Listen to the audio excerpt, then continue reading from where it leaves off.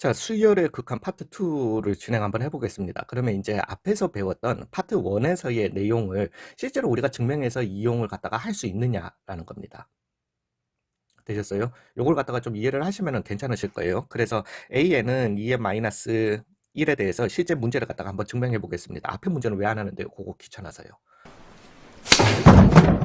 그건 사실 얘를 위해서 우리가 일로 수렴하는데 왔다 갔다 진동하면서 수렴한다라는 걸 갖다가 보여주기 위해서 했는 거지, 그걸 갖다가 하려면 짝수 홀수 나눠가지고 해야 돼가지고 되게 귀찮아요. 그래서 하기 싫어요. 예, 죄송합니다. 그래서 요 수열을 가져갔습니다. 요게 근데 더 재밌을 겁니다.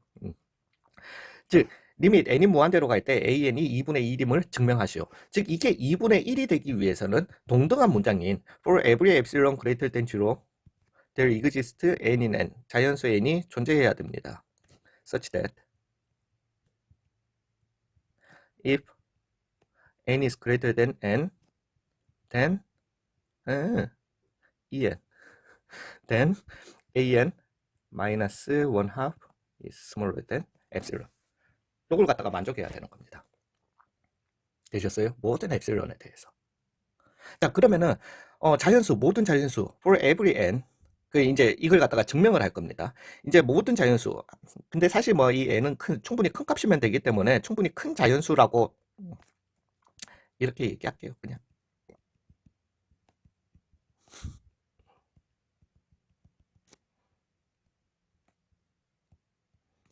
라고 하겠습니다. 이게 극한의 개념이라서 n이 충분히 큰 값이 큰 걸로 다가가는 거니까 예, 뭐에 대해 엡실론을 2 곱하기 2n-1분의 1 그리고 스몰 n은 n보다 크다라고 두자. 이렇게 시작을 하는 겁니다. 되셨어요? 그러면 충분히 큰 자연수 n에 대해서라고 했기 때문에 이 n은 특정 n이 아닙니다. 예, 그냥 뭐 아니면은 예, 특정 n이 아니라 그냥 어떤 n이든 그냥 자연수 n을 갖다가 그냥 집어넣으시면 됩니다. 아무튼 되셨어요? 그러면은 큰 자연수 for all n이라고 얘기를 갖다가 할 수 있기 때문에 얘를 갖다가 for all epsilon, 즉 우리는 지금 0보다 큰 모든 epsilon을 갖다가 이렇게 표현해낼 수 있다라는 거죠. 자, 여기서 첫 번째 태클, 0보다 큰 모든 epsilon. 안 되는데? 이거 왜냐면은 분모가 정수기 때문에 그건 안 되잖아요. 루트 3분의 1은 표현 못한 거잖아요. 그래요. 루트 3분의 1은 표현 못했지만 우리는 그것보다 더 작은 6분의 1을 갖다가 표현할 수 있죠. 맞죠? 6분의 1 나올 수 있지. 예, 6분의 1은 표현해낼 수 있잖아요. 되셨어요? 즉 어떤 엡실론보다도 더 작은 엡실론을 갖다가 이렇게 세팅함으로써 만들어낼 수 있다는 겁니다. 그리고 우리는 n이 캐피탈 n보다 크다라고 뒀어요. 그렇다면 이제 우리는 얘가 최종적으로 요걸 갖다가 만족하느냐만 찾아내시면 되는 겁니다. 그러면 증명이 끝나는 거예요. 왜냐하면 모든 엡실론, 0보다 큰 엡실론에 대해서 n이야 당연히 존재했고 충분히 큰 자연수 n이었고, 만약에 n이 스몰 n이 캐피탈 n보다 크다라면은 요걸 만족해야 되는 겁니다. 이해 가셨어요? 그래서 그러면은 요렇게 뒀어요. 그러면은 an-2분의 1의 절대값이라고 하는 거는 an 2n-1분의 n 빼기 2분의 1이었던 거고요. 계산해 주시면은 절대값 2 곱하기 분의 1이 되게 되는 겁니다. 되셨어요? 근데 since, because n이 n보다 크다라고 우리가 세팅을 했기 때문에 2n-1은 2n-1보다 큰 거고요. 그리고 얘 양수였던 거고요. 그죠? 최종적으로는 thus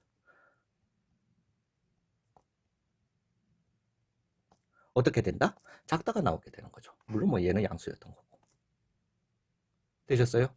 그러므로 an-2분의 1의 절대값이라고 하는 거는 2 곱하기 2n-1의 분의 1의 절대값이 되게 되는 거며, 얘는 2 곱하기 2n-1분의 1보다 작아지게 되는 거고, 얘는 뭐와 같았다? 엡실론과 같았다. 즉 우리가 원하는 an-2분의 1의 절대값은 엡실론보다 작다라는 관계식이 나오게 되는 겁니다.